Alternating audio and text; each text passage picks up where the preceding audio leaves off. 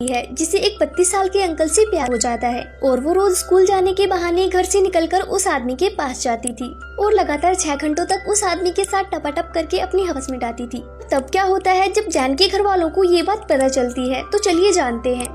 कहानी शुरू होती है और हम एक ओल्ड लेडी को देखते हैं जो हमें कुछ लिखकर बताने की कोशिश कर रही थी। उसके बाद हम 15 साल की एक जैन नाम की लड़की को देखते हैं जो कि एक स्कूल जाने वाली लड़की है। जैन के घर में जैन की माँ और 2 भाई हैं और यहाँ पर जैन की माँ एक टीचर है। लेकिन जैन के बड़े भाई का बिहेवियर जैन को बिल्कुल भी पसंद नहीं होता क्योंकि वो हमेशा ईगो में ही बात किया करता था। वो अपनी छोटी बहन को हमेशा ही परेशान किया करता था और ये बात जैन अपनी माँ को बताती है, लेकिन उसकी माँ उसके बड़े भाई को कुछ भी नहीं कहती। और यहाँ पर जैन अपनी स्कूल की छुट्टी होने की वजह से वो अपने घर पर आई हुई थी और स्कूल की छुट्टियां पूरी होने के बाद वो लोग स्कूल के लिए वापस जाने लगते हैं और उसकी मॉम भी उसे स्कूल छोड़ने के लिए जाती है। उसके बाद जैन नाव से बाहर निकलकर चीजों को सर्व कर रही थी। इसी दौरान एक आदमी कार से बाहर निकलकर जैन को ताड़ रहा था जो कि काफी अमीर और मेड इन चाइनीज था। उसके बाद वो आदमी जैन के पास जाता है और उसे सिगरेट ऑफर करता है, लेकिन जैन उसे मना कर देती है और बोलती है मैं सिगरेट नहीं पीती। उस चाइनीज आदमी का नाम टोनी है और वो जैन को बताता है कि मैं इसी गांव का रहने वाला हूँ और अगर तुम चाहो तो मैं तुम्हें तुम्हारे हॉस्टल तक छोड़ दूंगा।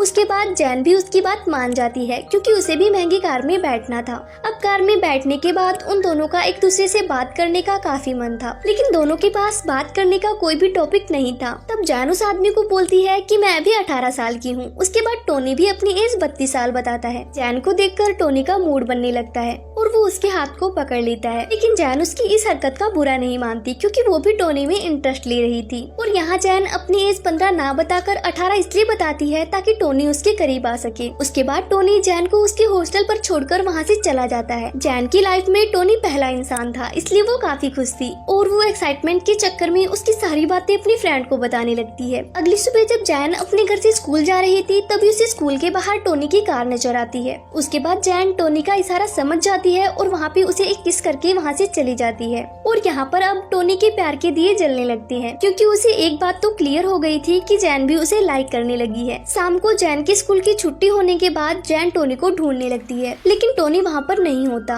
अगले दिन स्कूल की छुट्टी होने के बाद जैन अपनी फ्रेंड के साथ डांस प्रैक्टिस कर रही थी। तब उसे बाहर टोनी की कार नजर आती है और वो वहाँ से टोनी की कार में बैठकर चली जाती है। और अब टोनी उसे जन्नत की सैर कराने के लिए एक ओयो में लेकर जाता है और वो जैन से कहता है ये तुम्हारे जैसे पढ़ने वाले बच्चों के लिए एक लॉज है। वहाँ की चीजों को देखकर जैन को ये सब अच्छे से समझ में आ जाता है कि ये कोई लॉज नहीं बल्कि ओयो रूम है। लेकिन टोनी वहाँ जैन की एज को लेकर काफी ज्यादा कंफ्यूज रहता है क्योंकि जैन की एज उससे काफी ज्यादा कम थी, इसलिए टोनी उसे अपने घर पर जाने के लिए कहता है। तब जैन उससे कहती है मुझे पता है कि तुम मेरे साथ क्या सब करना चाहते हो और मैं भी चाहती हूँ कि तुम मेरे साथ वो सब करो जो ओयो में किया जाता है। इसके बाद क्या था, टोनी को तो जैसे घोड़े की सवारी करने का मौका मिल गया और वो जोरों शोरों से उस सवारी का मजा लेता है और पूरे दिन ही वो ऐसे ही करते हैं। अब सब कुछ करने के बाद वो दोनों एक रेस्टोरेंट में जाते हैं जहाँ जैन बताती है कि मेरे फादर के एक्सपायर होने के बाद हमारे घर की कंडीशन काफी ज्यादा खराब हो गई है। जिसके बाद टोनी को ऐसा लगता है कि जैन ने सिर्फ पैसों के लिए उसके साथ सब कुछ किया था। उसके बाद जैन कहती है कि मैं एक राइटर बनना चाहती हूँ और अपनी फैमिली की सारी समस्या को दूर करना चाहती हूँ। ये सुनकर टोनी उसे बोलता है कि क्या मैं तुम्हारी कोई मदद कर सकता हूँ,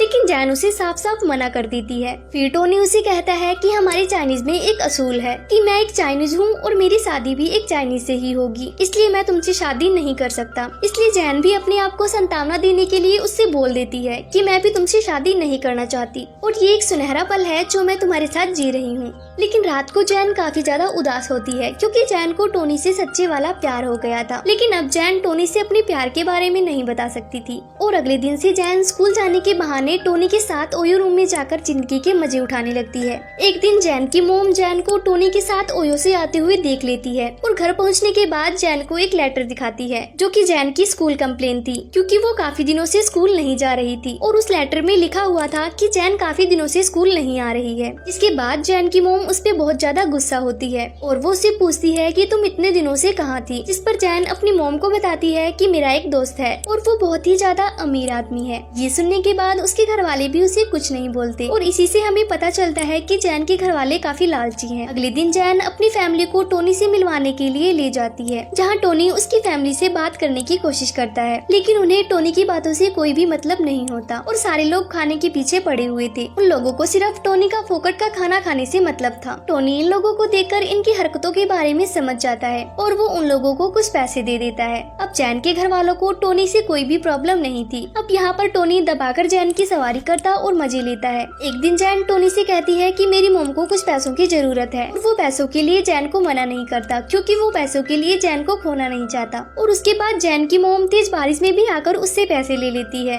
अब स्कूल में जैन की सारी क्लास की लड़कियां जैन से दूर रहने लगी थी क्योंकि वो सब जान चुकी थी कि जैन कैसी लड़की है। पर जैन को इन सब बातों से कोई भी फर्क नहीं पड़ता है। और उसके बाद जैन टोनी को कहती है कि उसे आगे की पढ़ाई के लिए फ्रांस जाना होगा। उसके बाद टोनी अपनी माँ की दी हुई डायमंड की रिंग जैन को दे देता है ताकि इसी बहाने वो टोनी को याद रख सके। उसके बाद टोनी अपने फादर के पास जाकर कहता है कि मैं जैन से प्यार करता हूँ और उससे शादी करना चाहता हूँ, लेकिन उसके फादर उसे साफ साफ मना कर देते हैं। उसके बाद टोनी ये सब बातें जैन को बताता है और कहता है हम दोनों भागकर शादी कर लेते हैं। लेकिन जैन ऐसा करने से उसे साफ मना कर देती है क्योंकि उसे ऐसा लगता था कि अगर वो भागकर शादी करेंगे तो उसके फादर उसे जायदाद से बेदखल कर देंगे। उसके बाद जब जैन घर आती है तब उसकी मॉम उसके हाथ में वो महंगी डायमंड की रिंग देखती है और कहती है तू इतनी महंगी रिंग कहाँ से ले आई। वो उससे वो रिंग ले लेती है। अगले दिन जैन का खड़ूस भाई किसी काम से बाहर जा रहा था, जिसे देखिए दोनों भाई बहन काफी खुश होते हैं क्योंकि इसका बड़ा भाई एक नंबर का चूतिया था और इन लोगों को बहुत ही परेशान किया करता था। उसके बाद जैन टोनी से मिलने उसके पास जाती है जो कि काफी ज्यादा परेशान था क्योंकि कुछ दिनों बाद उसकी शादी होने वाली थी। तभी जैन उससे कहती है कि जब तक तुम्हारी शादी नहीं हो जाती तुम रोज जी भर की मेरी सवारी कर सकती हो। यहाँ पर टोनी फिर भी रोता रहता है। अब यहाँ पर जैन अपने आगे की पढ़ाई करने फ्रांस जाने को पूरी तरह से तैयार थी। जिसके बाद जैन की मॉम कहती है कि हमें फ्रांस जाने के लिए हमारी पूरी मदद टोनी ने करी है। जिसके बाद जैन टोनी से मिलने के लिए जाती है और पूरा दिन इंतजार करने के बाद भी टोनी उसके घर पर नहीं आता